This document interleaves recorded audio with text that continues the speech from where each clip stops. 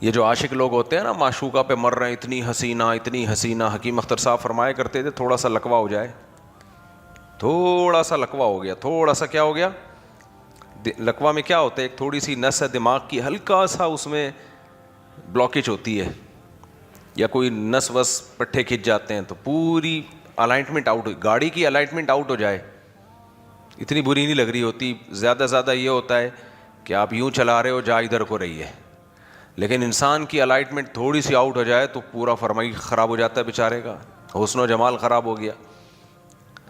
تو یہ تھوڑی سی اللہ نے لیئر لگا دی ہے، اور ہماری برائیوں پہ، خامیوں پہ اللہ نے اسکن کا ایک پردہ ڈال دیا ہے۔ تو بار بار میں یہ مضمون کو کیوں پکا کر رہا ہوں بھائی، میری اور آپ کی فضیلت یا تو اس بیس پہ ہوگی کہ میں اور آپ بہت خوبصورت ہیں، ایسا بھی نہیں ہے، اور اگر جو تھوڑی بہت ہمیں خوبصورتی نظر بھی آ رہی ہے نا، وہ بھی تھوڑے دن کی ہے، وہ بھی کیا ہے، جوانی میں ہوتا ہے خوبصورت، اس کے بعد تھوڑا سا جب آگے چلنا شروع ہوتا ہے، بڑھاپا آتا ہے، چہرے پہ جھریاں آتی ہیں، بال سفید ہونا شروع ہوتے ہیں، تو آپ دیکھ لو 20 سال پرانی اپنی تصویریں نکال کے دیکھا کرو، 20 سال کے بعد دیکھو۔ میں 2019 کی دیکھ رہا تھا اپنی تصویر ویڈیو پہ، میں نے کہا یار بڑا ینگ لگا ہے بھائی، 2025 میں وہ تھوڑا سا جغرافیہ چینج ہو گیا۔ آپ جتنی ایکسرسائز کر لو، جتنی اچھی خوراکیں کھا لو بھائی صاحب، بڑھاپا کیا ہوگا، روک سکتا ہے کوئی؟ نہیں روک سکتا، بڑھاپا آئے گا۔ تو ایک تو حسن ہے نہیں، دوسرا ہے وہ بھی تھوڑے دنوں کا، بہت تھوڑے دنوں کا ہے۔ اللہ تعالیٰ کو خواتین نے زیادہ حسن دیا، وہ جلدی خراب ہو جاتا ہے، ان میں بڑھاپا مرد سے بھی زیادہ جلدی آ جاتا ہے، ان کا جو ہے نا وہ سسٹم ایسا اللہ نے بنا دیا کہ وہ جلدی بوڑھی ہو جائے۔ تو ان کو تو کہا کہ تم نے تو اترانا ہے ہی نہیں، اترانا ہی نہیں ہے، بے پردگی نہیں کرنی، کیونکہ جس کو اللہ نے حسن دیا ہو نا وہ بے پردگی کرنا شروع کر دیتی ہیں، فیشن شو میں آنا شروع ہو جاتی ہیں، ماڈل بننا شروع ہو جاتی ہیں۔ ایسی خواتین سمجھتی ہیں ہمیں جب اللہ نے بیوٹی دی ہے تو ہم اس کو کیش کرائیں، اس سے ہم پیسہ کمائیں، اس سے ہم عزت کمائیں۔ او بھائی آپ کی بیوٹی جلدی ختم ہو جائے گی، آدمی کی پھر بھی چلتی رہے گی۔ ہمارے ایک دوست ہیں دبئی ایئرپورٹ پہ، ان کو ایک خاتون ملی، وہ تھوڑے موٹیویشنل اسپیکر بھی رہے ہیں، تو ایسے لوگ جہیں کسی کو مل جاتے ہیں تو لوگ آ کے دکھڑا سناتے ہیں، تو بیچاری ڈپریشن میں تھی۔ اس نے پوچھا بھائی وجہ کیا ہے، اس نے پھر اپنی وجہ بتائی کہ میں ایک ماڈل تھی، کمپنیوں میں بہت مہنگے اشتہار، یعنی جو ایڈ چلتے تھے اس کے مجھے بہت مہنگے پیسے ملتے تھے کیونکہ یہ خوبصورت تھی۔ کہہ رہی 8-10 سال میں کیا ہوا کہ وہ میرا تھوڑا سا حسن و جمال خراب ہونا شروع ہو گیا، میں نے ایکسرسائز کی، ڈائٹنگ کی، لیکن کون بریک لگا سکتا ہے کوئی بڑھاپے کو؟ نہیں ہو سکتا نا۔ کپڑے میں بل آ جائیں استری کر کے ٹھیک ہو جاتے ہیں، لیکن چہرے پہ جب جھریاں آتی ہیں استری کر کے ٹھیک ہوتی ہیں؟ ایک بچہ جو تھا نا استری کر رہا تھا، ایک بچے نے دیکھا کہ استری کر رہا ہے کپڑوں پہ، کسی نے بچے نے پوچھا ابو یہ کیا کر رہے ہیں؟ انہوں نے کہا بیٹا شرٹ پہ بل آ گئے ہیں اس کو سیدھا کر رہا ہوں۔ ابو دادی کے بھی کر دیں، ٹھیک ہے نا، ان کے بھی چہرے پہ کیا ہیں، بل آئے ہوئے ہیں، دادا کے بھی کر دیں تو ہو سکتا ہے وہ سیدھا۔ اچھا آج کل پلاسٹک سرجری ہو رہی ہے، کھچاؤ کر کے کھینچ کے وہ سیدھا ویدھا کرنے کی کوشش کرتے ہیں، اس سے تھوڑا اور ٹیڑھا میڑھا ہو جاتا ہے انسان، اس کے اور سائیڈ ایفیکٹ ہیں۔ جو مائیکل جیکسن یہی تو کرتا تھا، مر ہی گیا اس سائیڈ ایفیکٹ سے۔ تو وہ نہیں ہو سکتا بھائی، جو بڑھاپا ہے وہ نہیں واپس جا سکتا، اور وہ آئے گا، زمین آسمان کا زور لگا لو، قرآن کہتا ہے وَمَن نُعَمِّرْهُ نُنَكِّسْهُ فِي الْخَلْقِ۔ ایک ڈاکٹر کے پاس میں بیٹھا ہوا تھا، کسی بڑے ڈاکٹر ہیں، ان سے کسی نے پوچھا کہ ڈاکٹر صاحب کوئی ایسی میڈیسن ہو جو بڑھاپے کو روک دے کائنڈلی، کوئی ایسی ایکسرسائز ہو؟ تو ڈاکٹر صاحب نے کہا کہ نہیں، اٹ ازنٹ پاسبل۔ ڈاکٹر صاحب ذرا قرآن سنت جانتے بھی تھے، تو میری طرف دیکھا، مجھے کہا کہ بتائیں مولوی صاحب یہ جو قرآن میں آتا ہے وَمَن نُعَمِّرْهُ نُنَكِّسْهُ فِي الْخَلْقِ، جس کی ہم عمر بڑھاتے ہیں اس کو بچپنے کی طرف لوٹاتے ہیں، یعنی کمزوری کی طرف لوٹاتے ہیں، یہ قرآن میں ہے یا نہیں ہے؟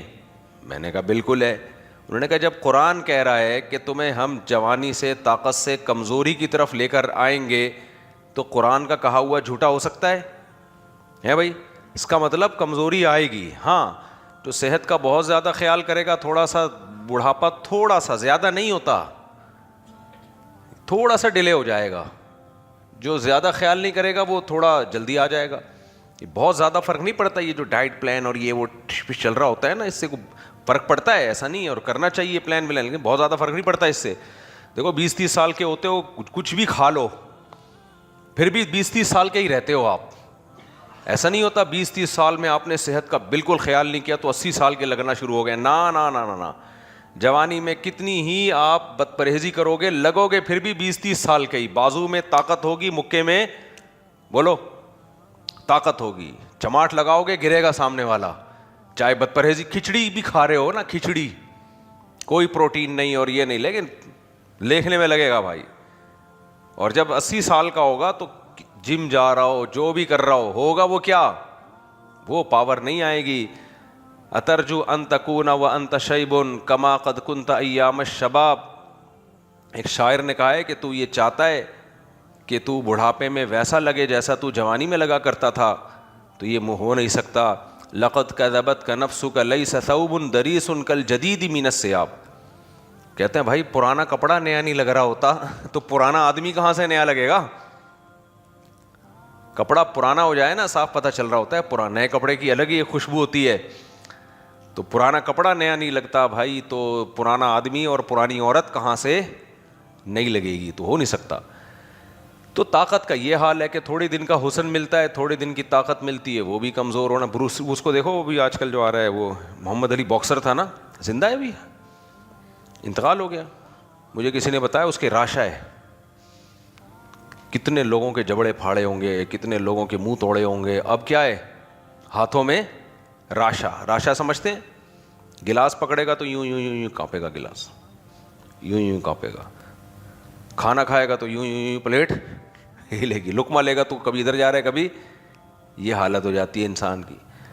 ہم ہوتا پتہ ہے کیا ہے انسان کو, بڑی پرابلم انسان کے ساتھ یہ ہے کہ جب اس کے سامنے دو کیریکٹر ہوتے ہیں, ایک کمزور اور غمزدہ اور پریشان حال, اور دوسرے خوش, تو وہ خوش کی طرف زیادہ جاتا ہے.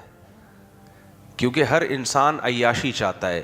عیاشی خوشیوں کو دیکھ کے ہوتی ہے, غموں کو دیکھ کے ہوتی ہے, بولو نا, خوشیوں کو دیکھ کے ہوتی ہے. تو غم والی چیز ہٹائے. جیسے ریلز کوئی دیکھ رہا ہو, ریلز میں کہیں ظلم دکھایا جا رہا ہو, بچے بھوکے مر رہے ہیں اور خون خرابہ, تو دل خراب ہوتا ہے نا یہ چیزیں دیکھ کے.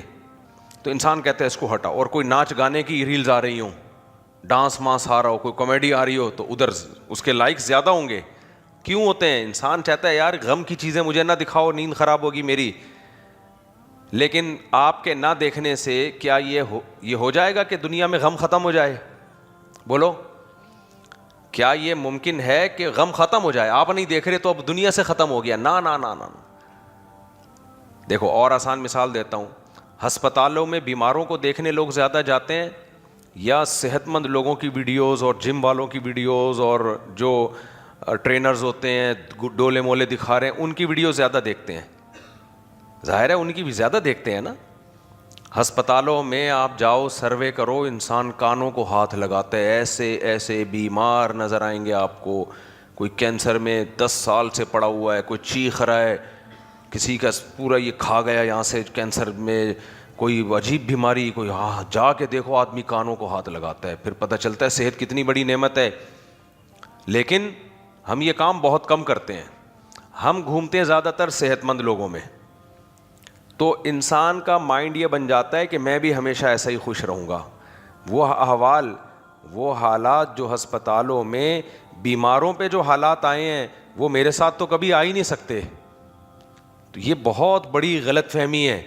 ہم اپنی دادی کو دیکھتے تھے نا, 85 سال کی تھیں, بوڑھی, ایک جگہ بیٹھی رہتی تھی, اللہ اللہ کرتے, جھریاں پڑی ہوئی تھیں بہت زیادہ, جیسے ہوتا ہے دادیوں میں. تو میں یہ سمجھتا تھا کہ یہ بچپن سے ہی ایسی ہیں. ہماری دادی ہمیں جب بتاتی تھی نا, بیٹا ہم تو ایسے بھاگا دوڑا کرتے تھے اپنے گھروں میں, دیوار وہ درختوں پہ چڑھ کے آم توڑتے تھے, پھر وہاں سے چھلانگ لگا کے بھاگتے تھے. یہ کیا؟ میں کہتا میں دادی کہاں سے کر سکتی ہیں بھائی یہ سب کچھ؟ بھائی یہ کیسے ہلیں گی؟ تو یہ کیسے ہو سکتا ہے کہ کبھی یہ, پھر اگر اتنی صحت مند تھی تو ابھی تو ان کو ٹینشن سے مر جانا چاہیے کہ نہ ہلا جا رہا ہے نہ چلا جا رہا ہے. یہ کیا ہے انسان کی نفسیات؟ یہ ہے کہ وہ جو دیکھ رہا ہوتا ہے نا اس کو دماغ میں, اس کی میموری میں آ جاتا ہے, اور وہ یہ سمجھ بیٹھتا ہے کہ ہمیشہ ایسا ہی رہے گا, اور ایسا ہی ہے ہمیشہ سے.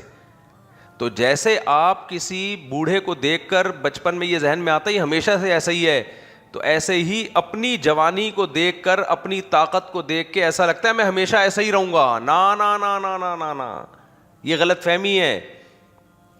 آپ نے اپنی دادیاں نانیوں کو جیسے دیکھا ہے ہسپتالوں میں لیٹے ہوئے, درد سے تڑپتے ہوئے, اور نہ چلا جا رہا ہے, نہ بیٹھا جا رہا ہے, نہ کھایا جا رہا ہے, 10 قسم کی دوائیں ان کے دائیں بائیں, ہومیوپیتھک الگ, ایلوپیتھک الگ, حکیمی. ہمارے ہاں تو 3 طریقے علاج چلتے ہیں. ہومیوپیتھک دوائیں الگ کھا رہے ہوتے ہیں لوگ, اور حکیمی نسخے الگ رکھے ہوئے ہوتے ہیں, اور ایلوپیتھک دوائیں الگ کھا رہے ہوتے ہیں.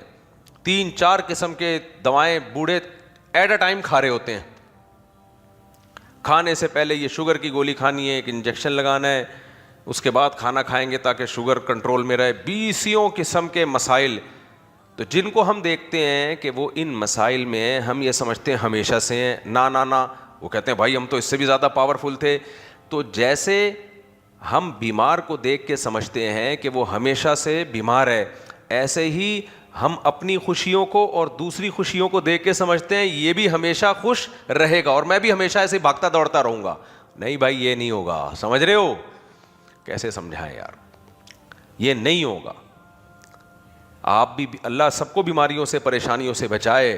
تو میرے بھائی یہ ہمارے جیسے ہی انسان ہے, کوئی پڑا ہوا ہے, کوئی گرا ہوا ہے, کوئی کٹا ہوا ہے, کوئی ایکسیڈنٹ میں اللہ معاف فرمائے گاڑی کے نیچے آ کے کچل گیا, کوئی گولی سے مر گیا, کوئی اس خطرناک بیماری ہو گئی,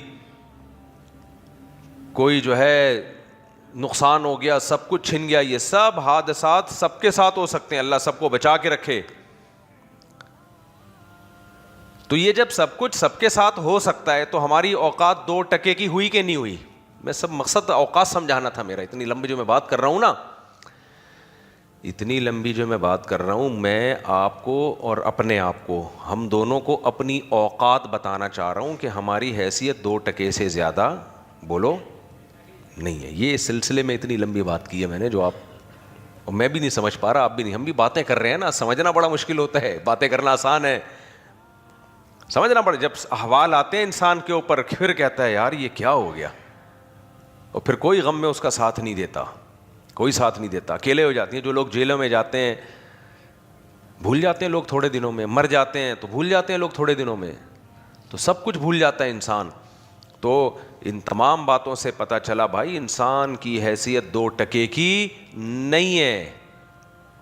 موٹیویشنل اسپیکر آپ کو بتائیں گے آپ بہت عظیم ہو, قرآن و سنت آپ کو بتاتے ہیں آپ بالکل بھی عظیم نہیں ہو. اگر آپ کے اندر 2 چیزیں ہیں تو عظیم ہو, 2 چیزیں نہیں ہیں ککھ بھی نہیں ہے.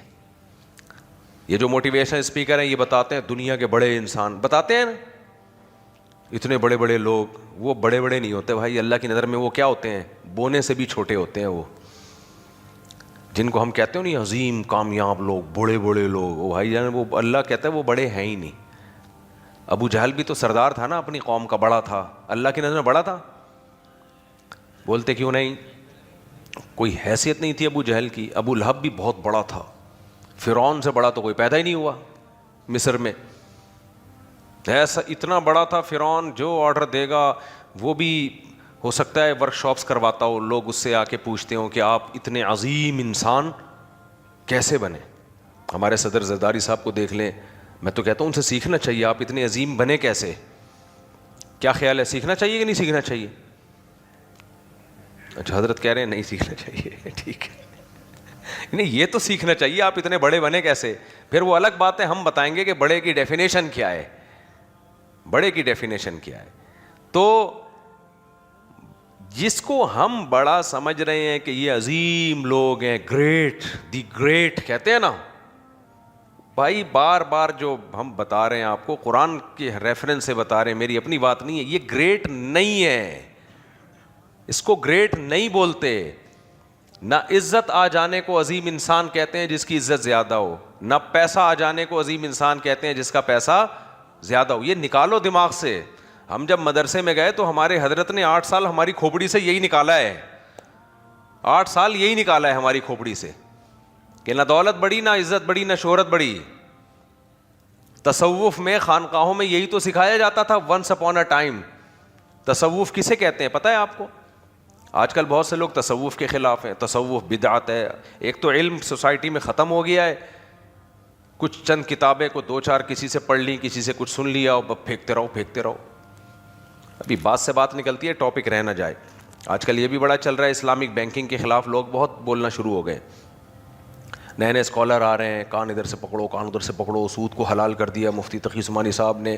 ان سے جب سود کی تعریف پوچھو تو ککھ بھی نہیں پتہ ان کو, سود کی ڈیفینیشن کیا ہے, سود کی قسمیں کیا ہیں.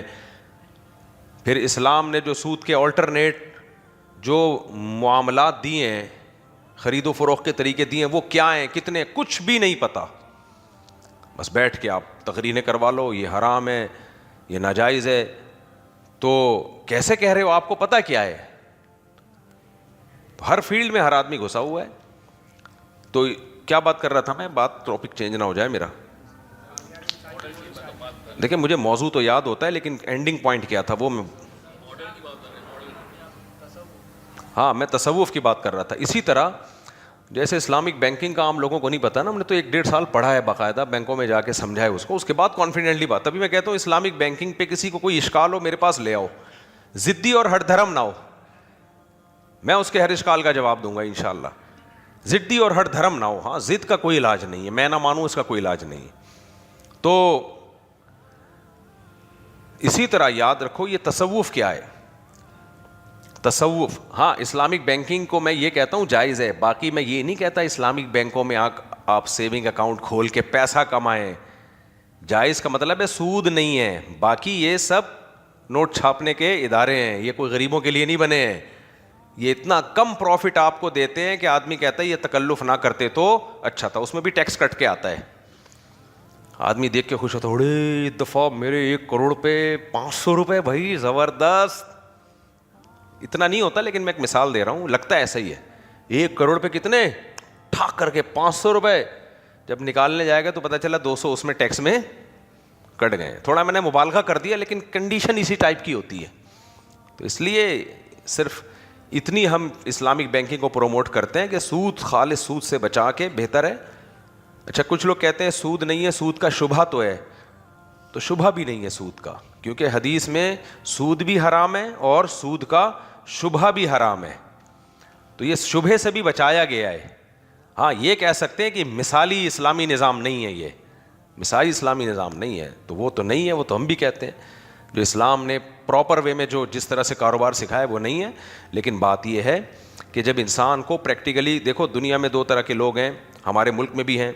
کچھ لوگ ایسے ہوتے ہیں, ہر سوسائٹی میں ہوتے ہیں, کہ انہوں نے کرنا کرانا نہیں ہوتا کچھ, لہذا وہ بات وہ کریں گے جو بالکل اعلیٰ معیار کی بات ہوگی, کیونکہ انہوں نے کرنا کچھ نہیں ہے. اس کی میں مثال سے بات سمجھاتا ہوں. آپ کو اپنی بیٹی کے لیے رشتہ چاہیے, برا چاہیے یا اچھا چاہیے, بتاؤ, بولتے کیوں نہیں ہو؟ ہر شخص کو اپنی بیٹی کے لیے برا رشتہ چاہیے ہوتا ہے یا اچھا چاہیے ہوتا ہے؟ اچھا.